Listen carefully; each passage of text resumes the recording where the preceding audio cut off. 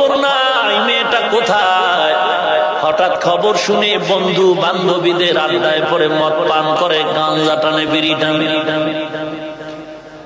আজকে ও সন্তানের মা বাপ, তোমার ছেলে মেয়েকে যদি এখনো তুমি সাবধান করতে না পারো, কপালে লিখে নাও তোমার সন্তান আমার কোমলমতি বোনেরা হবে ঐশীর মতো দাজ্জাল। ঐশীর নাম শুনেন নাই? যিনি বন্ধু বান্ধবীদের আড্ডায় পড়ে নিজের আপন মা বাবাকে হত্যা করে ফেলল।